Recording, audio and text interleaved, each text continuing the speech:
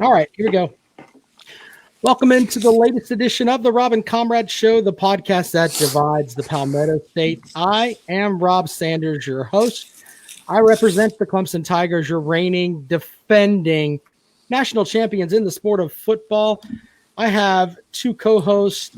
One of them I know is not happy with the football team. One of them is not happy with the basketball team. We'll start with the Dirty Russian, the Comrade, Mike Dobreski. Mike, good evening, sir. It is good to be here. Hopefully, the next show that we... What?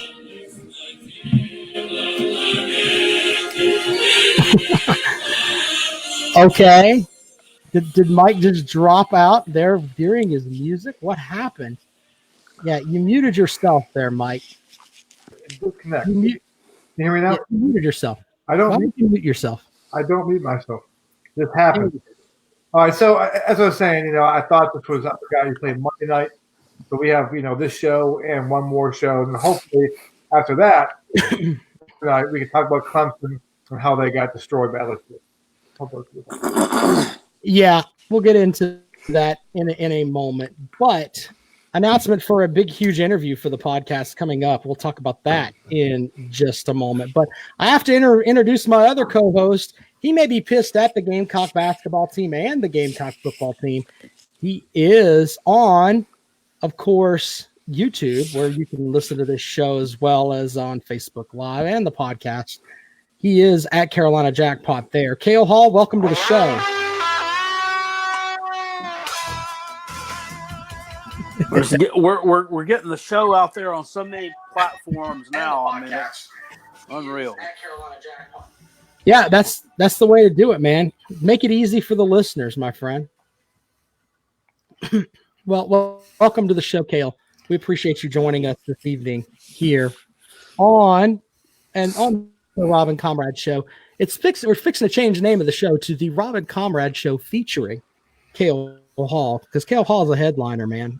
Yeah. It's gonna be funny because like you see our Rob and Comrade logo that's just classic.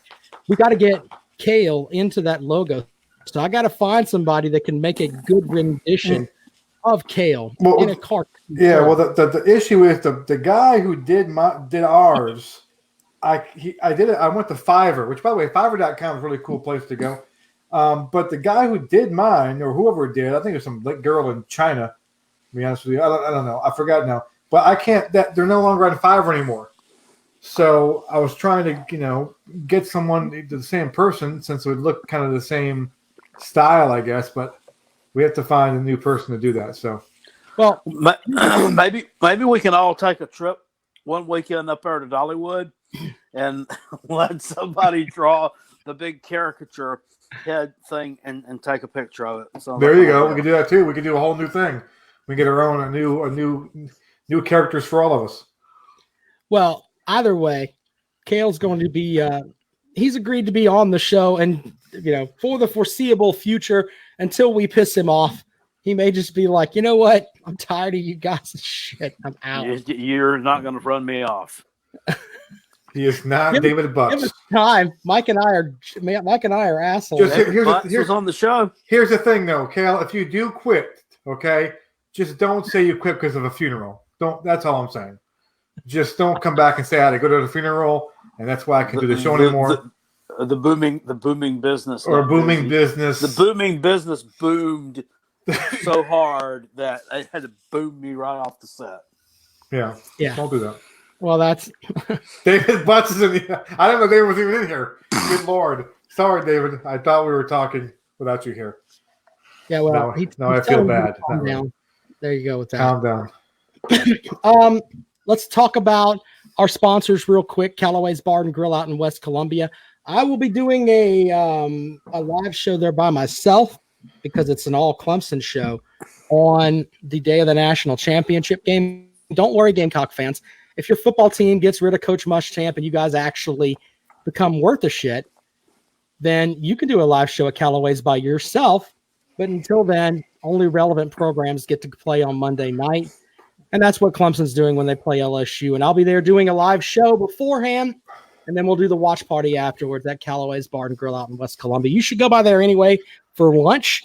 Get you some twice-baked chicken wings, all kinds of good stuff. The best beer, the best people are at Callaway's West Columbia, Highway 1 diagonal from the Walmart. Thanks to them for looking out for us. We also have DNC Trucking and Transport, the No Spin Zone segment. Compliments of Dennis Wilson. We appreciate him taking care of us with this. Comrade, read away. It sucks to be a Gamecock. Clemson is my national champion. The special basketball team is playing like our special football team. Goddamn right. We do not deserve Frank Martin. He is too good for our program. Yep. I am riding LSU nuts on Monday night, and I'm not ashamed of it. It sucks to be a Gamecock. Go LSU Tigers. I'm sorry, go Tigers. Go Tigers, yeah. Go Tigers. You're damn right, go Tigers. Yeah, well, go Tigers. We all know that deep in your heart, you're probably a Clemson fan. That's okay. But anyway, all facts there from Dennis Wilson. We appreciate him sponsoring the podcast. We also have patrons. Of course, go to robincomrade.com if you want to be a patron. Give $1 or $2 a month, help make the show go. Of course, we have Thomas Dana Young. He's a patron of the show, along with Lawton Swan, Stacey Hamp, Keith Harrelson, Jamie Phillips, Tabitha Sims, Robert Knight, Positive Mike, Lisa Sester Harkins, Jeff Pritchett, Christian Young, Nathan Medlin, and Sally Donegan. Sally Donegan is a patron of the show. So we appreciate them. If you want to be a patron, you can do it too at robincomrade.com. I will give you guys the choice. Do you want to go over who is the most delusional SEC fan base, or do you want to jump into Gamecock Hoop, where Frank Martin may be pushing himself out of Columbia? Which way do you want to go there, Mike?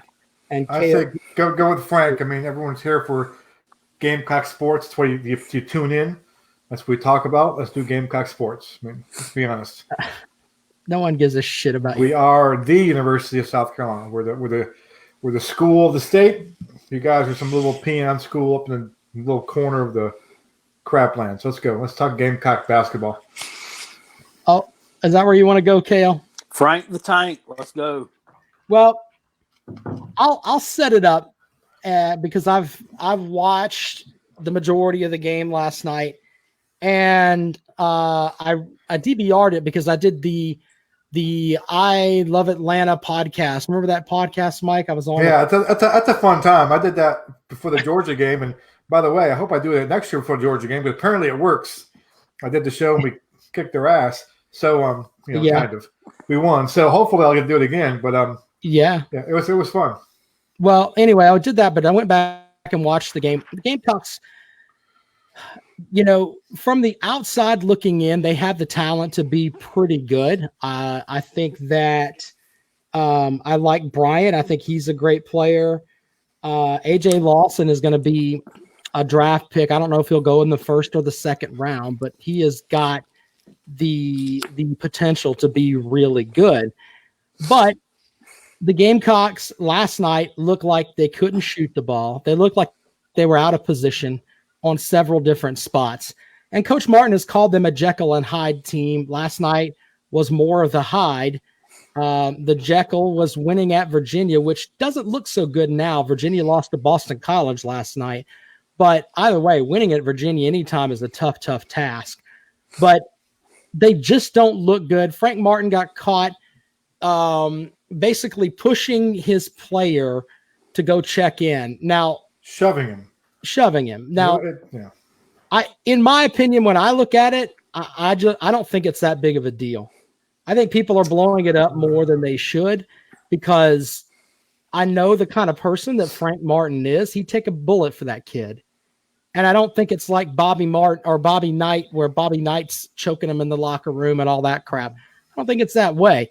I think it was an emotion-driven thing, and he just kind of shoved him. Go check in. That's kind of what I got from it. Cale, what do you think? Yeah, I think that was just in the heat of the moment thing, but it's still not a good look because everybody's everybody's eyes are open now. Everybody's watching every move that these guys make, and they're especially going to be watching every move he makes because, he's known for being fiery and having a hot temper, and, that lends things like that, as you said, to get blown out of proportion, I think. So, he really needs to watch himself and tone it down a notch.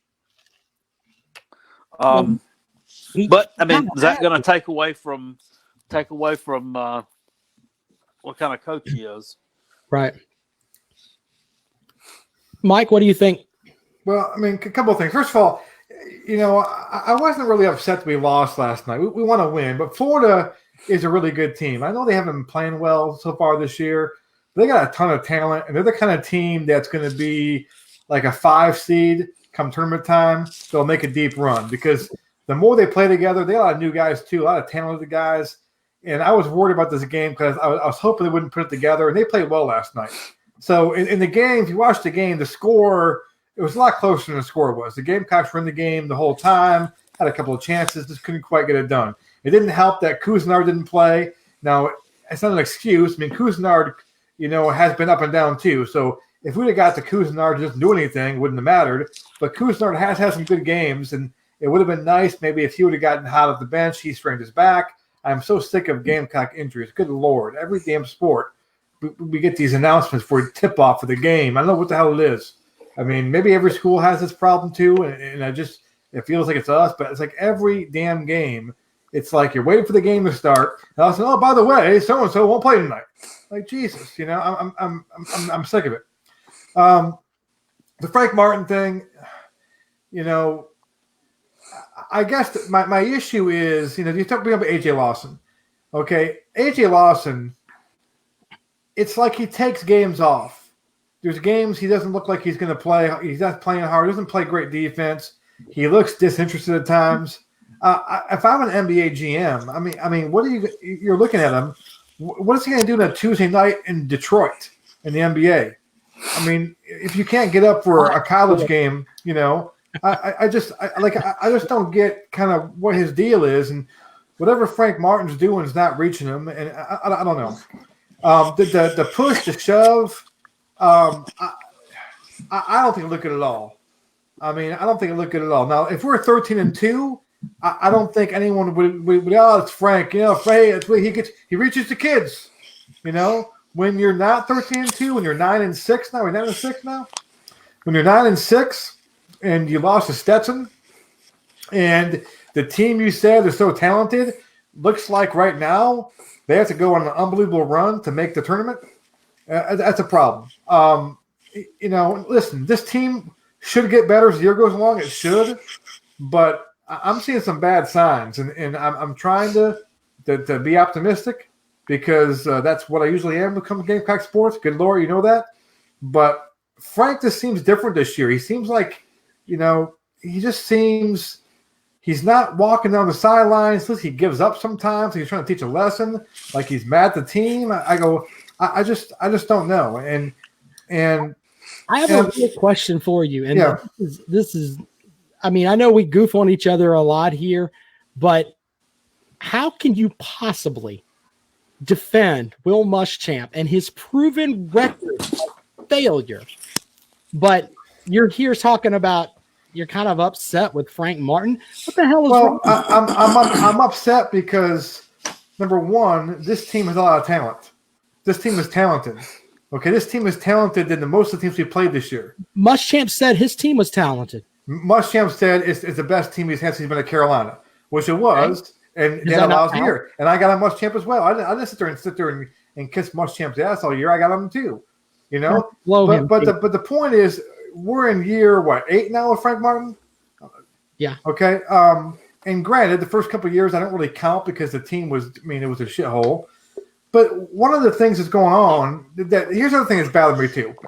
All these guys that could be in the Gamecocks are not in the Gamecocks. I'm not talking about Zion. I'm not expecting you to get Zion or the 5-star. But there's a kid in Vanderbilt playing tonight right now who the Gamecocks should have got, didn't go after. He's going to Morant, who's in the NBA right now, that the Gamecocks, we didn't really get around to offering him. And so and this whole pushing it. Nobody really offered him, but keep going. Well, they didn't. They kind of waited late, but I mean that's part of the problem though too. And all the turnover we have all this turnover in Frank, so that's part of the game now. That's kind of part of it, but it's like we can't seem to keep a roster together. And these guys here are really good and they're talented. And I hope they stay together, but I have this bad feeling that you're going to see about 2 or 3 guys want to transfer, leave, and they bring in some more. And every year it's kind of like, oh, we got new guys playing together again. So it's kind of getting old.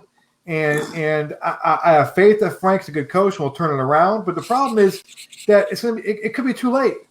I mean, they could play really well in the SEC and go 12-6. You know what? 12-6 might not get it done to get the tournament. I'm going to ask Cale because I don't think you'll be completely honest. I think piggybacking off what he said. There's a lot of truth to the the when you're winning thing.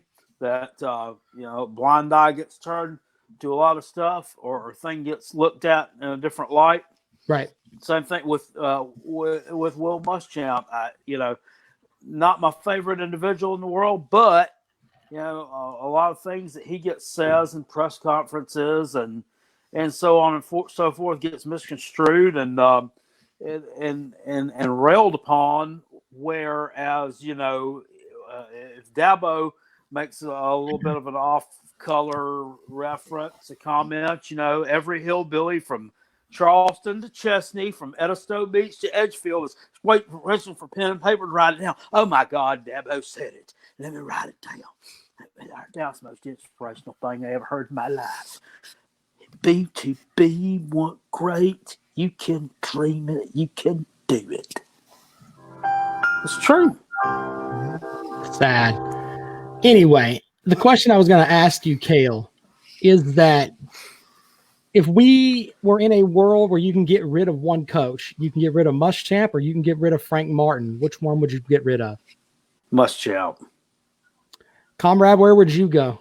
I can get rid of. I want to get rid of either of them. Neither. It's a question, Comrade. I don't want to get rid of neither of them. I'm not answering that. That's a loaded question. I want both of them to stay. That's a fair I'm going to tell you a few things. Here's the theory. Can I give you a theory? Okay. On here with ball. Let me tell you something real quick. Now, Mike. Listen, I have my best friend in the world. His father is a longtime Gamecock. He's the kind of Gamecock that when I mentioned about 10 years ago to him that, you know what, I wouldn't mind if we were in the ACC again, just because, one, football would be easier, and in basketball in the ACC, I like to go to those games. And he looked at me and has so much disdain for the ACC for how we left it and how they treated us. He's that kind of person. And he has been mad at Frank Martin now for, a couple of years. And he thinks that Frank Martin wants to leave. He thinks that Frank Martin doesn't want to be here anymore, the way he's acting. And so you think that's crazy, but we know somebody, Rob and I, and I'll tell you, you probably can figure out who it is. We know somebody who has a really good source in the UNLV athletic department. And that source says that Frank Martin wanted that job. And he didn't get it. And one of the reasons why he didn't get it was they didn't think they could pay him what he wanted to be paid. But the rumor out there among the inner world of ADs is that Frank Martin is looking to get out. Now, I don't know if he's trying to, why he's mad, why he wants to leave, what it is, if he's mad because we're a football school and no one goes to the games or what it is. He feels he's done all he can. I don't know what the deal is, but that's kind of the sentiment. And I always thought that was crazy what my friend's dad said. And then I get coupled with that news last year that happened. And you watch him this year a little bit, and he just looks he's acting different. He's acting like, I don't know. And last night, it was a shove. He was mad. You can't do that, man. You can't. You just can't. It looks horrible. And so it's me interested to see what happens the rest of the year. I mean, there's a lot of Gamecock fans who don't want him fired, but they feel like he is getting out of control. That something's going to happen. Like he's going to that either he wants out or he's looking to get out, and it's going to end badly that way. So I don't think the Gamecocks are going to fire him, nor should they fire him. But I think that it's like he's almost having an exit plan is what one theory is. So we'll see what happens. Chris Yeah, Driver over on Facebook Live says, Mike also said Roper was a great offensive coordinator. Take off the garnet glasses. Muschamp is not a good head coach. Yeah, but I know who is, Chris. Kirby Smart, because we know you love that son of a bitch. Holy crap. Yeah, thanks. We got a couple of Georgia fans here talking crap. Beth Ingram Webb, the Georgia alum who doesn't claim them. All she wears is the orange and purple now in here talking smack. Here we go. I just love that, the Georgia fans who don't want to claim their team anymore. I'm gonna start doing that. Just picking up new teams. Well, I mean, Wendy Wyatt, God loves her. She's not a Gamecock basketball We fan. do every week. What are you talking about? I'm going to start. It's not new. Yeah, Kate. I mean, you guys ride different nuts all the time. So, yeah.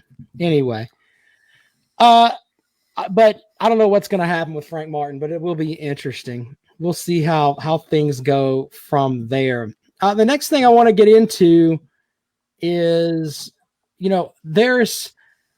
I've dealt with a lot of LSU fans here in the past little bit of a week here. They are some arrogant sons of bitches. I tell you what, this is an LSU team that really hasn't done anything that's earth-shattering since 2009, and yet they're trying to say that they're the absolute, end-all be-all when it comes in the sport of football. 2011 was when they played for the national championship, right? Yeah. Right. Yeah. Well, we'll give them 2011, but the most boring fucking natty game ever. That was horrible. Yeah, I agree with you on that. The shithole. They think that they're like the second coming. So I thought we'd talk about most of and real quick, before we get into this, what I find comical, okay, is Clemson fans bitching about LSU fans. They think they're God's gift. I'm like, yeah, you're looking in the mirror a little bit, isn't it? It's like looking at the mirror. You know that Spider-Man meme where he's pointing at two Spider-Mans? It's kind of like, ooh. It's like you're the same exact fan base. They're sensitive. You're sensitive. That's the problem. You see yourself in them. Both Tigers, both playing Death Valley, both sensitive, and both think the world sets on your watch. I mean, hey, we own the world. Okay, that would be fine. So that's kind of what the problem is. Decade has not had the greatest program. But listen, before you guys even won the national championship here recently, okay, before a lot of your fans, you guys would talk like you're one of the historic college football programs ever. This before Deshaun Watson.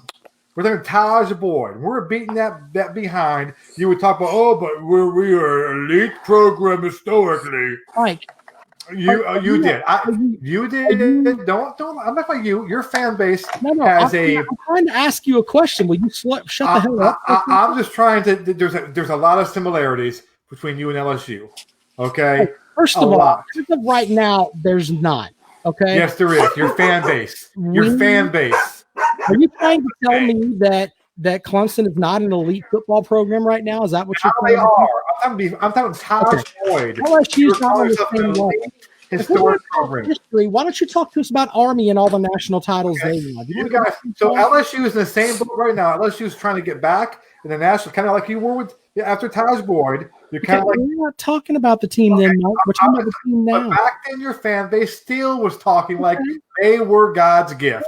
We would drum you every year for 5 years. Oh, you still don't compare. And all of that is great, Mike. But in reality, what's happened the last 6 years? You're sorry. That's fine. I'm just showing a comparison to your fan base. But you're offended. You're offended. Your fan base is offended. LSU. I'm not offended by anything. They haven't done much in the past years. That's the same way you guys were beating that behind. So welcome to the reality. You're seeing yourself now. You haven't been playing good Gamecock teams the last 6 years either. Well, whose fault is that? I didn't say it was anybody's fault. Well, it's the fault of the administration that keeps this loser coach you've got. That everybody, well, not everybody. He wasn't there 6 years ago. Get rid of his ass anyway, except for this. He wasn't there 6 years ago. By the way, one other thing too. Why are you wearing this? Have this flag with the cheater symbol up behind you there, Mike? What's up with that? Behind me is a window, and it kind of get glary. I'm kind of in my back room now. We kind of redid the back room again, so I can go back here and not wake people up. And I have a big Red Sox flag, and so I put up for the glare. Well, cheaters, by the way. A cheating symbol behind the show. They are. It's a little bit. We still haven't known a whole lot what they did yet. Are you going to defend them too? What's that? Are you going to defend them too? No, because I want to find out more, but it doesn't look too good. Holy shit! Core took his Astros training to the Red Sox. By the way, Core is going to be suspended here because they're about to announce the Astros suspension here soon, or the Astros punishment soon. It's going to be really harsh because the Red Sox were using an Apple Watch 3 years ago to send signs, and basically they were warned, okay, knock it off to all teams. If you do it again, it's gonna be a hardcore punishment. And of course, the Red Sox apparently said, "Let's set up a TV in our replay room." I will say this though: the Red Sox did not cheat in the postseason, not because they felt bad about it, because a Major League Baseball official was using the room they used to cheat, so they could not cheat in the playoffs. So it would have went down somewhere. The playoff wins were on the up and up. Yeah. Red wants to know what's in my cup. I'll go with apple. Let's just say that there, Red. It's apple, sir. Anyway, you need to take that flag down before we do the next show because I can't stand there. The flag will stay up because it's a flag of greatness. And you can just have your voice. And people can just look at the goodness that's myself and Kale Hall. I'm fine with that. I got a flag in my background. There you go. No cheating there, by God. I got a great Gamecock picture. That's the probation flag. You're on probation with that flag, not cheating. No dusty trophies. I need to get a game. I need to get a Don Staley flag behind me. Shut you. Yeah, that would be great. I tell you, that'd be kick ass. Mm-hmm. There'd be a ton of people that, especially in some of the groups that we're in, that would lose their shit. Oh, the women's basketball school Mike finally balled in. Glad to see you did that. Oh. They don't like women. Anyway, fan base. Back to the question that I had. What is the most delusional fan base in the SEC? Georgia. I had to pick. Well, since you're going to jump all over everything. Tennessee. Oh, that's a good one. They're pretty bad. That's a good one. Tennessee, Kale. That's a good thing there. What would you go with that? Why would you go with Tennessee, Kale? Oh, sorry. I thought you were talking to him. Well, just looking at these people on social media and online, 1 point win over Tennessee or Indiana. They expect to be contending for the SEC East next year. They think they're beating Georgia. They think that they're beating Florida, and they think that they'll are going to have a spot in the SEC championship game next year. They do. And this is legitimate. They for real. They're bad. They ate up. I mean, they did have some success this year in the second half of the season. I'm not going to deny that, but I mean, really, who did they beat? I mean, who did they beat that was impressive? Including my team. I'll put that there too. I mean, we sucked ass, and that game was horrible. But I mean, they had no wins of significance. Georgia beat the shit out of them. Alabama beat them like a drum. They still have a ways to go. What do you think, Mike? Who you got? I would say Georgia. I will say this, though. I was going to say, mention Alabama. You can't say it now because Bama's been great. But before Bama, Nick Saban got there, okay, when they were struggling for a while, they were kind of average. And I went to a basketball game against Bama in the SEC tournament, and I was on Bama fans, and all they talked about was Bama football. This was when Bama blew, okay? They were horrible, and they're still hanging on to, the Bear Bryant years, and that they're awesome. And they were getting caught cheating. They couldn't win, and they were talking smack. They're like, now I can get it. Like, Bama fan now, yeah. But they were talking back then, and so I was like, oh, my God, these guys are really – think they're something, and they haven't done anything in years. But now they've done it. So the Bama stands out to me, but Georgia thinks they're the greatest thing in the world. I mean, they haven't won since 1980. Think about that. And they underachieved a lot in the 90s, I thought. I mean, just the fact that the Gamecocks, who have been horrible for most of my time as a Gamecock, okay? Like, the Gamecocks, like, every time we play Georgia, I feel like we can win the game. Like, I feel like, oh, they'll do something, screw it up. They'll crap the bed. And just like this year, you know? I mean, I've never felt like playing Georgia was like some kind of, even how good they were with Eric Zier and all these guys, and I felt like, oh, the Gamecocks beat them. And so, but they think they're the lead of the SEC. I don't feel that when we play like, you know, Tennessee back in the 90s or Florida back in the 90s. I feel there's no way in hell we'll beat those teams. So, I mean, right. Georgia's always been that way. They act like they're always the best SEC team, but in my lifetime, in my Gamecock lifetime, going back to 92, okay, they've been, you know, I don't remember 1980. I was up north, okay. I remember Herschel Walker a little bit. But I don't view them as that good of a program yet. Their fans think that they've been top notch. And of course, their last few years have been really good. They've come close, but still they haven't been able to seal the deal. They seem to beat down a couple of times. They couldn't do it. So, yeah, Kel. Another fan base that I want to talk about for just a minute. Maybe not the most, not as far as being delusional, but one fan base out there in football that I cannot stand is Auburn. And I'm going to tell you why. It's because they treat their coach, Gus Malzahn, like shit. They treat this man like shit. All he does down there is win 8, 9, 10 ball games every year. He's beaten Alabama more times than most. And yet they still are always on his case. If just one loss team, they lose a bowl game. They're losing the bowl game to Minnesota on New Year's Day. They're ready to fire him. That you got fans on there. I saw an Auburn fan post a video up. Get rid of the son of a bitch. Blah blah blah blah blah. Hey, newsflash! You lost to a pretty damn good team. I know they're in the Big Ten, but you lost to a good team.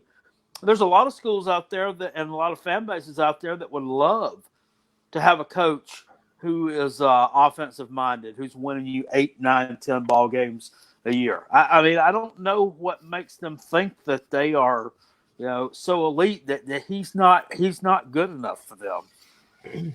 Well, my pick is the Georgia Bulldogs, and I'll tell you why.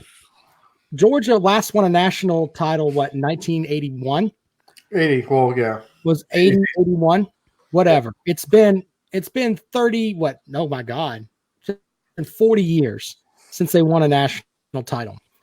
And since then, if you look at their last 3 recruiting classes, 2018, number 1 in the country. 2019, they were like number 2 in the country. 2020, going into next season, they have the number 3 recruiting class in the country. So they got all this talent coming to Georgia, all kinds of talent. And it seems like every year they have a game, regardless of who's the coach, where they end up shitting the bed. Last year it was South Carolina, and they didn't even bother to show up for the SEC championship game. Their fans were leaving in the second quarter. Okay. But yet if you talk to them, they think that they're the absolute most elite program ever. You mention any other team and they're like, we're better than they are. We're better than they are. You haven't won shit. You really haven't. Calm down with all that nonsense. It's just stupid. Brandon Kuhn says Kentucky fans talk like they are Clemson or Alabama. Are you talking about in basketball or football? Because I don't think most Kentucky fans give a shit about football. Well, just my opinion. Kentucky fan, I've had good experience with Kentucky fans. Basketball fans, yeah. I've never, every time I've gone to a Kentucky football game or basketball game, I used to go to the SEC tournament all the time. Baseball fans, they're always like, they're hard on their own team. But like I remember Luke beating Tubby Smith in Atlanta in the second round on a Friday, and they were just pissed at Tubby Smith. They called him Orlando, okay. And Kentucky fans congratulated me as they left, go and shake my hands. Good luck this weekend. Good luck. I have one give me this ticket for the rest of the weekend because they were going home. They weren't staying around. He goes, here, take this. Good luck. We're rooting for you. I mean, and they're always like, that way, So I've never had a problem with Kentucky fans. I don't see that where we're. I'm not sure where Brandon's hanging out, but I've never had a problem with Kentucky fans. There are some on social media who have I don't know what they kind of got a big head last year, and that they're okay. Some of their players, one of the some dirty players they've had recently. I mean, really with attitudes, Cash or the fucking K. Yeah, that dude's a good job. Who the hell? What a douche! You go to the Webster's dictionary, look for douche, and that's the illustration you get. Cash or the fucking K. Yeah, well, his parents are douches too because they named him Cash with a K. That kid, he could have been in. I mean, when they named him, they're like, you know what? We want to make a douche. That's what we produced together. We want to get in we were in our double wide and we conceived and made this douche. And we're out here in the goat having this kid. And you know it had to be because he's from Pikeville, Kentucky. There's nothing. So it had to be. It might have been a single wide. I will say this though, it's still one of my favorite moments, which is sad. Okay. I went to a Gamecock Kentucky basketball game in the old the old Coliseum. I forgot what year it was now. Carolina Coliseum. And I saw Ashley Judd just kind of, leaning against the wall in the concourse, and she had a little hat on. She didn't, you couldn't really tell it was her unless you really, were stalking her. Not that I was stalking her. And I kind of looked over. I go, I think this is Ashley Judd. My friend's like, no, it's not Ashley. I was Ashley Judd. And so I walked up to her and said, I go, hey, Ashley, take it easy on us tonight before the game. And she said hi and gave me a little hug and wished us luck. So, oh, God. Got a little hug. Now, that's before Ashley got really kind of crazy with I know she's not thick. People don't like Ashley Judd now. This is back like 19, like. I would have drawn wood. 98. Yeah, I trust me. I had a little, it was back when Ashley Judd was hot. It was a long hug. Yeah, this is back prime years. This is I think 98 in that range right there. So it was we got destroyed that game, by the way, too. Like they just destroyed us. What is it? Conrad Thompson says, "Roll Tide." Yeah, I can't argue with that. Anyway, final couple of things before we get out of here. I know Cale Hall said he's not big on the NFL front, but we normally pick the games on here, Cale, and you got to assimilate a little bit, my friend, if you're going to be a part of the show. We're going to pick the NFL games really quick, and then Brandon Kuhn wants our thoughts on the Carolina Panthers and their hire of Matt Rule. But I want to pick the games real quick here as I'm going to pull up the spreads right now. Minnesota and San Francisco. Very weird. We have two number 6 seeds advance, but Minnesota is the 6th seed. They went into New Orleans and shut those Cajun bastards up. But on the road at San Francisco is a 7-point favorite in that game. Comrade, who's your pick? Well, but the bad thing is all these point spreads are really good this week. I have a little NFL betting system that I use, and all my numbers are lined up exactly with the spread. So it's kind of tough. So I think the Niners are the best team in football. I think they are, and I think they'll win the game. I don't like the 7. That could be a push right there. But if I had a gun to my head, I would take the Niners to cover. Maybe they win by 10 or so. I don't think the Vikings are very good. I think they got a little bit lucky last week. I think the Niners will take care of business and beat them in that 7 to 10 point range. Cale, you got a pick on this game? Yeah, I'll take San Francisco. Fair enough. I think that 7 points is a lot of points. I think Minnesota will cover, but take San Francisco to pick up the win. The next game, Tennessee and Baltimore. Baltimore is a 10-point favorite. I'm taking Tennessee to cover and possibly win because everybody and their brother is writing off the Tennessee team. Tennessee is well coached. They've got Derrick Henry at running back, who is a mammoth running back. The guy had 32. Y'all know all about him, don't you? Yeah, sure. 32 carries. Okay, that's what this guy had last week. They're going to feed him the ball all day long. And that game's going to be closer than that. 10 points is way too much. So give me Tennessee in the points. Kale, which way are you going to go? I'll take Tennessee too. 10 points is a lot in an NFL playoff game. So I'll take them. But it's Baltimore. Give the game its where Baltimore. Yeah, I still think they pick up the win, but I think it's closer than that. Mike, they were impressive last year. I think the Titans now are getting a little bit too much love here. They beat a Patriot team that I think was a little bit overrated last week. And I think their style matched up well with the Patriots. They can run the ball, and the Patriots are a little suspect stopping the run, and the Patriots' offense has been pretty bad. The Ravens are a whole different animal here. I'm not sure they can stop the Ravens, and I think the Ravens can stop their run or neutralize their run. I got the Ravens by 14. All right, so he's taking the Ravens to cover. The other matchup, Houston and Kansas City. Kansas City is a 9-point favorite in this game. Winning at Arrowhead is hard. They have like some crazy record in December and January there at Arrowhead that it really is tough for them to win. I like Andy Reid as a coach, and I think that Houston kind of played out of their shoes last week.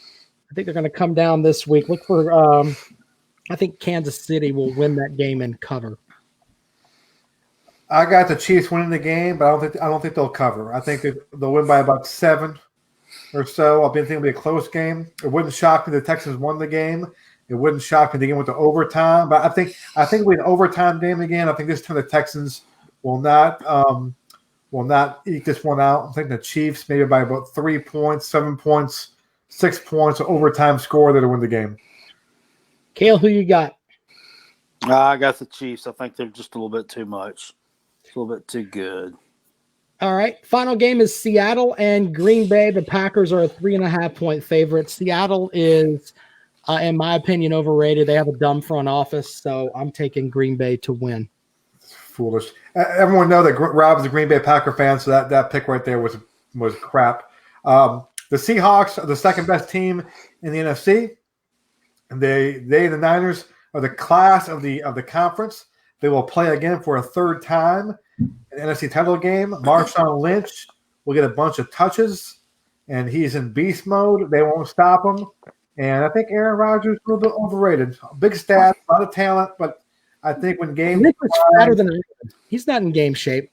When games are in the line, Aaron Rodgers kind of doesn't quite.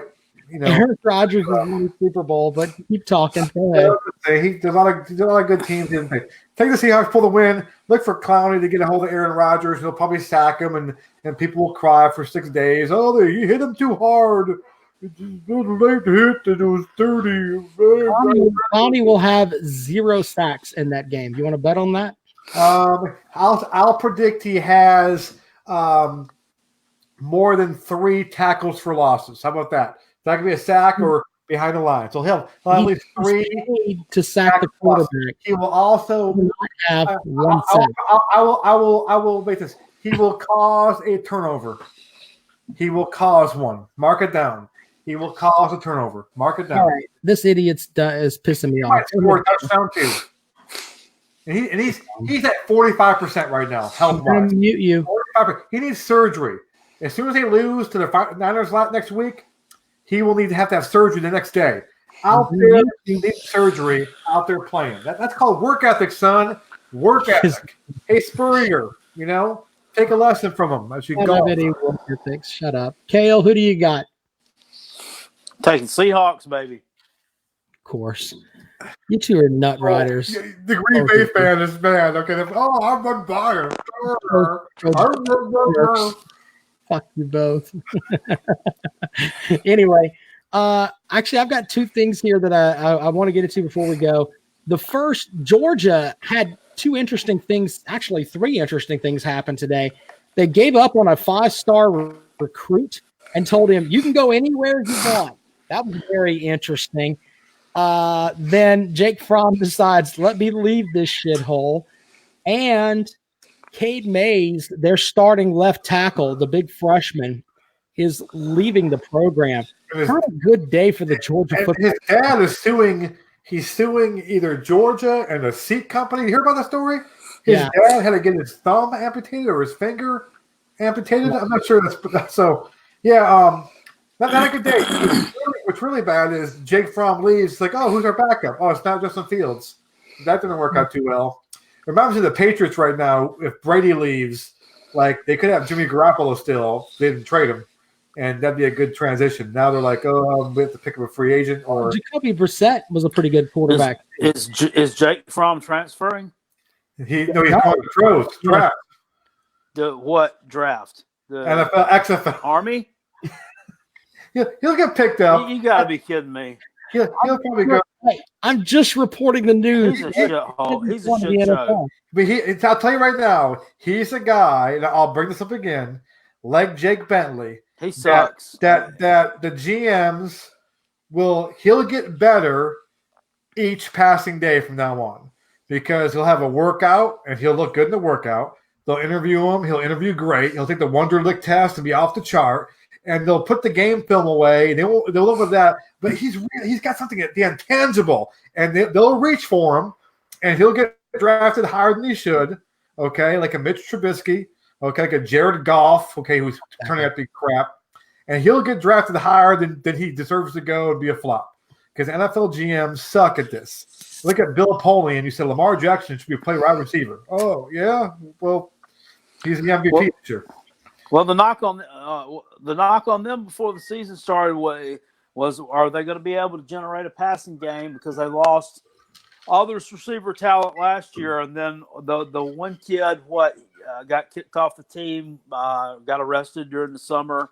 That was their returning leading wide receiver, and then they're like, oh shit, we don't have any wide receivers, but throughout the season. They developed wide receivers. The George Pickens, the freshman kid, he developed into a pretty good player.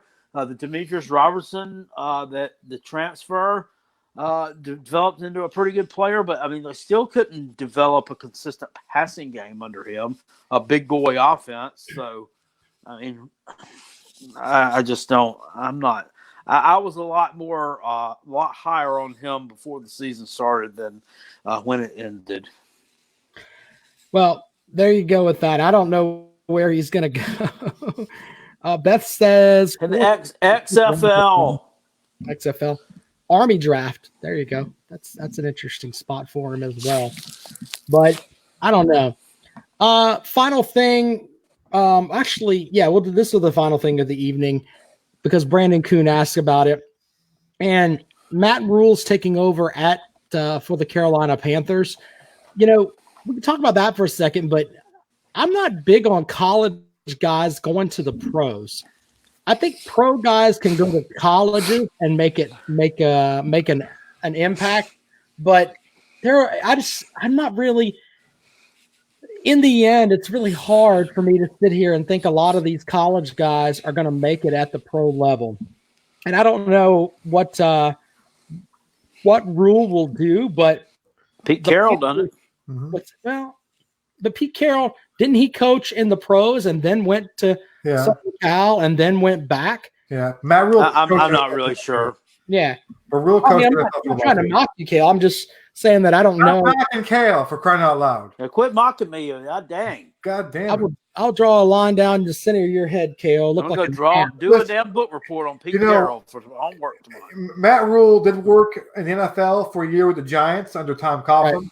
So he's got a little bit of that too. I think it's the home run hire. What was shocking to me is the Giants did not. Well, that he's not the Giants coach. His dream job is the Giants job. Okay, he's from New Jersey. He worked for the Giants, and it was kind of like a best kept secret in the world that he was their coach.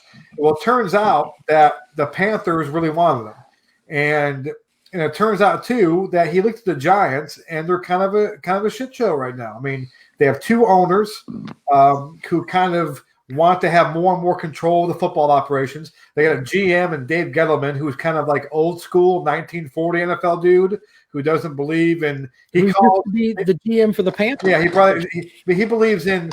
He put it this way: when they hired two new analysts to come in, he called them. We hired two more computer guys. You know, and I think what happened was he, the Panthers owner. I like him a lot, and he's kind of the new school guy. He's got money. He wants to win. He's all about that stuff there too. And here's the thing about Matt Rule. A lot of college coaches, I agree with you, because a lot of college coaches come from big-time programs where you could coach at. You have all the talent in the world. You just out-talent people. Okay, Matt Rule has come from Temple, where you can't recruit at Temple, and he made them the best they've ever been. Okay, went to Baylor. The Baylor was in a damn trash can when he got there. They had the whole the scandal, and he made them, and he took players and made them a Big 12 team that was going for a Big 12 championship in a BCS bowl. So he's really good at coaching. He's coached everything too. He's not like Dabo Swinney, who was a receivers coach. He's done D-line, O-line. He's done coordinator spots. Like he knows a little bit of everything. And he's a really smart guy. I think it's a home run hire for the Panthers. I think the combination of their owner and this coach right here, the fact they're building that new facility in Rock Hill, that kind of like the Cowboys have. I think the Panthers are going to be like one of the franchise NFL. And I'm not a big Panther fan. I'm not a keep pounding guy. Okay, like Brandon Kuhn is and Tammy McAllister. I'm just saying I think the Panthers have a huge upside over the next decade to be one of those teams that is one of the model NFL franchises. The interesting thing we'll see about Cam Newton, what they do about Cam Newton, if they keep him, if they don't. But I'm curious to see what happens with the Panthers over the next decade or so. I think they've been a good hire. Yeah. If the Giants is his dream job, it's always been said that the Carolina Panthers are really just the New York Giants of the South. There you go. There you go. No, on a serious note, though, Yeah. I mean, NFL is not my favorite thing to follow, but I do know that to coach the NFL, you have to be a player's coach. Even more so than what you in college. You can do things by the letter, but in NFL, you got to kind of give them a little bit of leeway, give a little bit of breathing room. But if you've listened to Matt Rule do an interview, I listened to him this year, and I was really, really blown away. I mean, he don't even sound sometimes like a football coach. He sounds like just some dude that you're friends with, like your older brother that you're drinking beer with and watching the games. I mean, it's really cool. I mean, it's a different kind of individual. Well, he is taking over for the Carolina Panthers. My favorite Panther story of the season, by the way, is generally when you go up to, they had the whole thing with Jerry Richardson where Richardson was telling women they got to shave their legs, and he was just a disgusting human being. And he had it in the contract, which is really funny to me. Yeah, I'll sell you the Panthers. The league's making me sell you the Panthers, but don't touch my fucking statue. That's what's in the in the actual paper. So when you go to the Panther Stadium, right in front of Bank of America Stadium is Jerry Jones sitting there like with these two big ass Carolina Panther things next to him, right? Well, when we went up for the ACC championship game, they always have the all the Panthers that are around the stadium. Okay, they put a big Christmas wreath on them. When we went for the North Carolina game a couple of years ago, then they had the same thing, but for the one that was in front of the stadium, they dressed up Jerry Richardson, and he was all in a festive thing. The same thing for the Panthers there. They almost did more lights on the two Panthers, and there was nothing on Jerry Richardson. So they were like, yeah, that guy's there, but fuck him. He's not here, which is kind of funny to me. You played North Carolina. So amusing. What's that? You played North Carolina at Bank of America Stadium? Yes, sir. ACC championship game 2015. Oh, that was who we beat them. Yeah. I forgot they were relevant. Yeah, that was who we beat them. That was a Tar Heel team we beat. Yeah, that was the team that you guys went. That was right. Fine, but that you beat the Coastal champion, and I forgot. Yeah, that's the one. We only beat them. We only beat them because Marquise Williams gave us a bunch of gifts. Sky Moore was great in that game. Twice. He really was. Right in front of me. Earth-shattering announcement for this show. Coach O joins us on Sunday night. Yep, that's going to happen. Coach O joins us. Big time. Hard-hitting interview with Coach O. We're going to be in the presence of greatness. Absolutely. You people you better say a prayer before you. I'm worried that Coach O might come through the phone and hit us in the face. I mean, it's going to be late at night. So 9:30 is late for this guy. But I think he's out chewing gravel that late, and he's probably always out smoking cigarettes. I think that's what Coach O does. He just smokes cigarettes and eats meat. That's all he does. He's a trip. But yeah, Coach O joins us on Sunday night. Looking forward to that. Mike, Kale, do you have anything else for this week's show? That's it. This is Cocky, by the way. Cocky Cat. Say hey to Cocky Cat. I hope he claws your eyes out. No, he doesn't do that. Hey, Kale, would your dog eat that cat? Or is your dog like cool? No, my dog, she loves cats. Your dog seems like she's the coolest, sweetest dog ever. She loves pussy. That's all. Hangs out and does whatever. She's a sweet dog, but she gets crazy around strangers. She doesn't know you. She gets scared. She'd rip your face off, Rob. Rip your face off. That's what my better half says. She eats people's faces off, even though she really hasn't. But well, I have a 120-pound German Shepherd. She'll eat your face. She's more than a rattlesnake. That's a big ass dog.